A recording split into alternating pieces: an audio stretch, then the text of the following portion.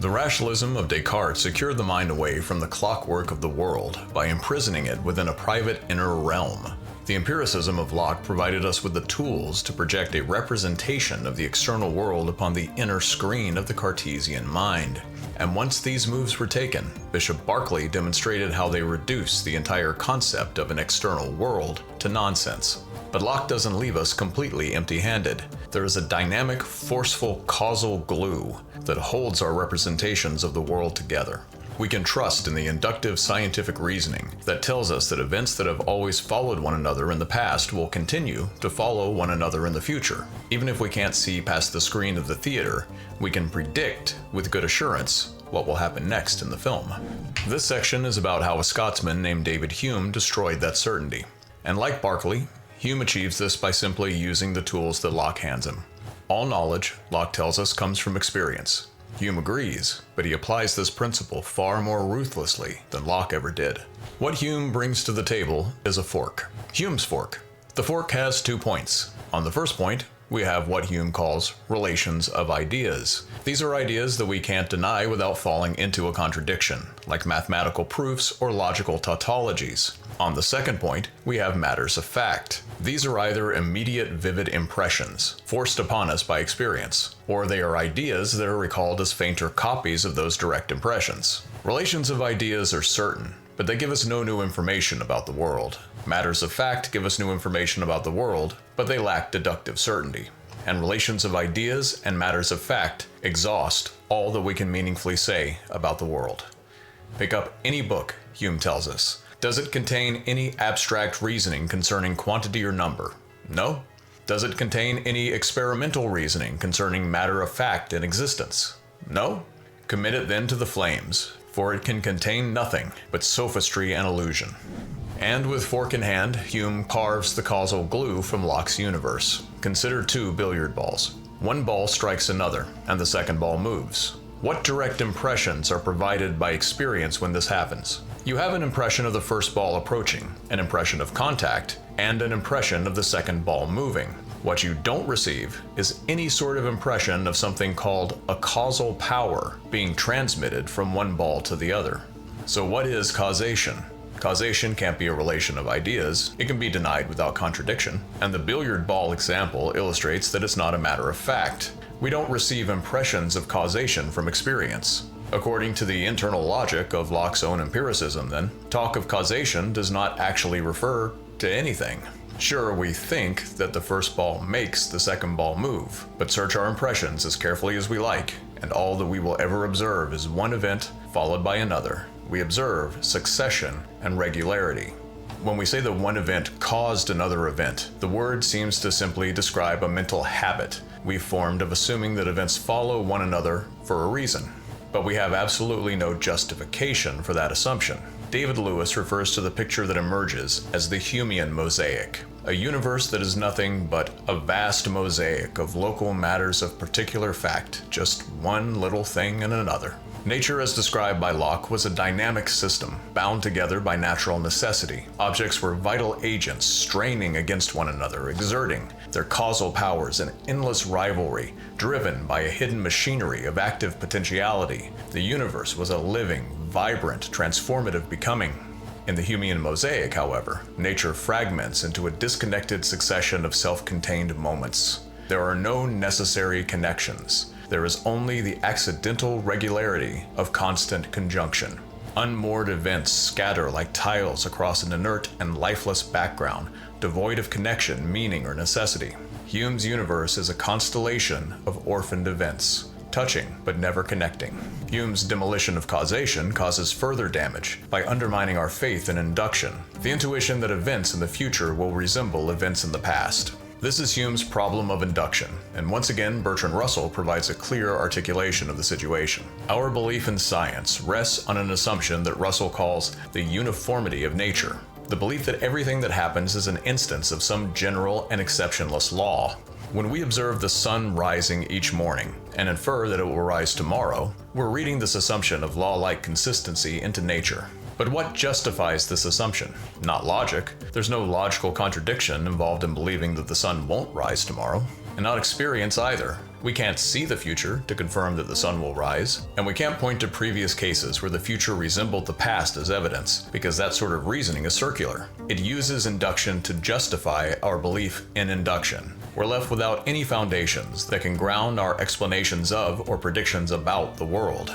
All we're left with is animal faith and psychological habit. As the German philosopher Immanuel Kant tells the story, Hume's demolition of necessary connection awoke him from his long dogmatic slumber and transformed his entire approach to philosophy. A world without causation was inconceivable to Kant, in the literal sense that it appeared impossible to actually think about the world if you remove causation from the picture. But Hume's reasoning appeared sound. If causation was to be saved, that salvation would have to come from something other than pure logic or pure experience. So Kant constructed that alternative by demonstrating how a priori truths, certainties that do not depend upon experience, could be used to do what previous philosophers believed to be impossible: to generate new knowledge about the world. To do this, Kant turned philosophy on its head. Instead of asking, how is it that the world can produce ideas in our minds, Kant asks, how is it that our minds can construct ideas about the world? Kant called this his Copernican Revolution, after the overthrow of geocentric astronomy by the displacement of the Earth from the center of the universe. Prior to Kant, philosophy had been concerned with discovering how the mind conforms to the world. Kant's revolution was to suggest that it's the world that must conform itself to the structure of the mind. What are the preconditions for the possibility of knowledge? What sort of structure does a mind have to have already in place in order for something like an experience to happen? It seemed to Kant that there needed to be some universal and objective organizing principles already in place for events to make sense, to be arranged into something like a comprehensible sequence that the mind can reason about. Kant's Copernican Revolution moves the outside inside. Time, space, and causation had been assumed to be aspects of the external world that we formed ideas about. Kant asks, what if time, space, and causation are actually mental categories we construct experience with? Causation for Kant is a condition for the very possibility of knowledge. Its proof is provided by the fact of ordered experience itself. The objective ground of universal certainty can be read right off of the structure of the mind. It's difficult to overstate the impact of this move. The next 200 years of philosophy would see a turn away from the world of things and towards an analysis of the deep structure of the mental categories that ultimately construct human knowledge. And because our knowledge of the world is expressed through language, we can analyze the structure of thought by analyzing the structure of language. New paths opened in the wake of the Copernican Revolution. Most crucially, the polarities of subject and object were reversed. We were no longer passive subjects receiving knowledge from an external world. The Kantian subject is an active agent, constructing knowledge out of the raw materials of Hume's scattered mosaic. Inductive reasoning works because the causal glue that holds the world together is actively imposed upon the world by the mind of the transcendental subject. Here, at last, was the key to unifying the analytic certainty of a priori reasoning with the power of a posteriori reasoning to amplify our knowledge of the world. In his analysis of causation, Kant discovers a new category, the synthetic a priori. The statement, every event has a cause, isn't true because we've observed it. Hume destroyed that option. Nor is it a logical tautology. Its denial isn't contradictory. It's true because causation is a necessary precondition for the very possibility of experience. It thus contains both information about the world, it is synthetic, and is knowable independently of experience. It's a priori. Synthetic a priori knowledge was something entirely new. Knowledge that was both certain and that provided new information about the world. Philosophy now had a clear mission. It uniquely possessed the tools required to analyze the structure of knowledge. Philosophy becomes the queen of the sciences, studying not the world, but the mental structures that make knowledge of the world possible. But this new universal certainty comes with a price. The inner theater of the Cartesian self is now expanded to encompass the categories of time, space, and causation. Everything comprehensible about the external world now belongs to the structure of the theater. We're no longer separated from the world by a veil of passive ideas. Our knowledge is now bounded by the limits of human comprehension itself. Kant calls the world that is structured by our categories the phenomenal world, but the world outside of those categories is by definition unknowable. This is the noumenal world, or the world of the thing in itself. The thing in itself is not causal. That's a mental category. It's not spatial, nor is it temporal. It outruns all human categories of understanding. The world beyond the theater isn't just unknown, it's unknowable. And this conclusion isn't obviously wrong. We know that there is a vast chasm of reality that our minds simply aren't built to understand. We know that other animals can easily pick up on frequencies of light, vibrations of sound, and vivid lingering smells that our senses are blind to. The type of mind that we have does seem to both construct and limit the type of reality that we experience. And so we find ourselves paradoxically back at the beginning, with a world split into two realms, one known and one unknown. We hide away, safe within the comprehensible theater of the Cartesian mind, imposing causal stories upon the isolated tiles of the Humean Mosaic.